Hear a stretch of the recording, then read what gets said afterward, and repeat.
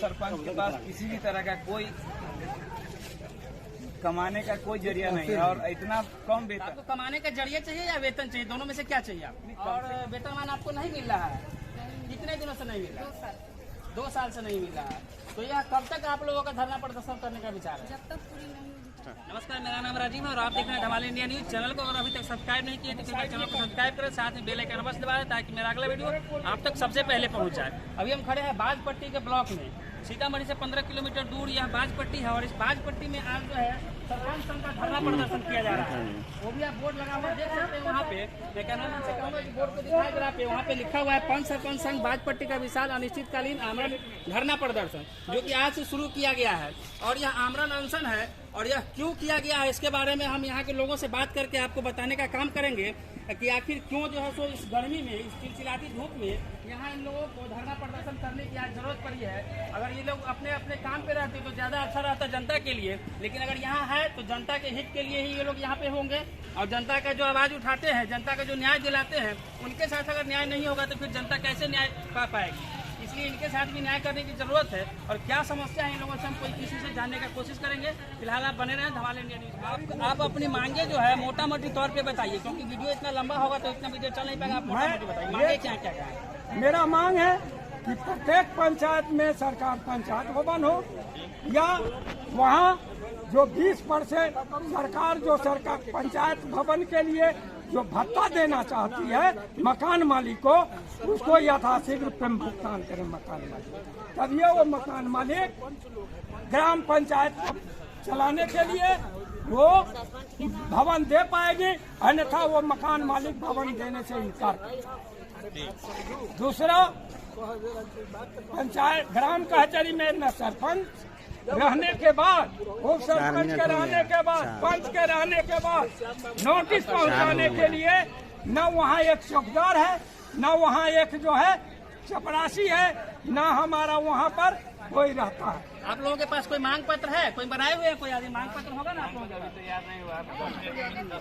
जो पंचायत सरकार भवन है उसका अभाव है और जो भाड़े के रूम में रहते हैं उनका भाड़ा नहीं मिल रहा है। ये सब समस्याओं को लेकर के यहाँ सारे जो है सब प्रतिनिधि यहाँ पर बैठे हुए हैं और इन लोगों की बात को प्राथमिकता से सुना जाए, क्योंकि अगर ये लोग कहीं न्याय की करते हैं तो इनके साथ भी न्याय होना चाहिए। कहना चाह रहे हैं प्रशासन के ऊपर कुछ बोल रहे हैं। शासन के ऊपर मैं ये कहना चाहता हूँ कि जो हमारे सरपंच साहब पूरे प्रखंड में जो न्याय करते हैं ग्राम कचहरी में बैठ सकती है, तो वहाँ से इनके थाने के चौकीदार के द्वारा पार्टी को लेकर के और उनके ही ऊपर दोषारोपण लगा करके फंसाने का काम करते हैं, जो सरासर अन्याय है।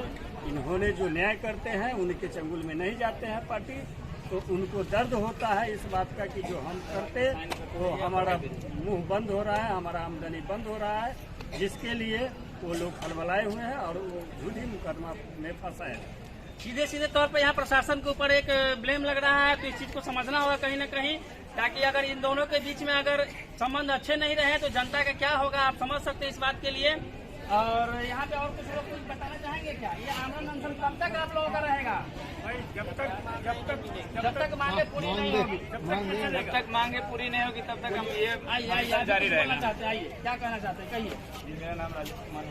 हाँ, मैं रसलपुर पंचायत समाज से और सरपंच प्रतिनिधि भी हूँ। अच्छा, और आप यहाँ आए और धरना को सफल बनाने में सहयोग दिया, जिसके लिए बहुत बहुत धन्यवाद। Thank you.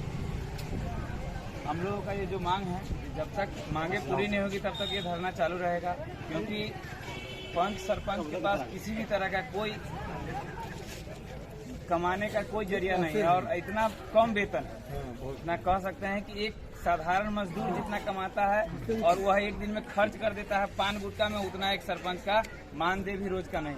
तो आपको कमाने का जरिया चाहिए या वेतन चाहिए, दोनों में से क्या चाहिए आपको? कम से कम जो हम लोग काम करते हैं सारा दिन, लोग आप जो समाज में लोग लगा रहता है समाज कल्याण में, तो उसके एवज में जैसे अपना काम छोड़ के लोग काम करते हैं, तो उसके एवज में कुछ ऐसी रकम होनी चाहिए मानदेय के रूप में, जिससे संतुष्ट रूप से लोग का परिवार भी चल जाए।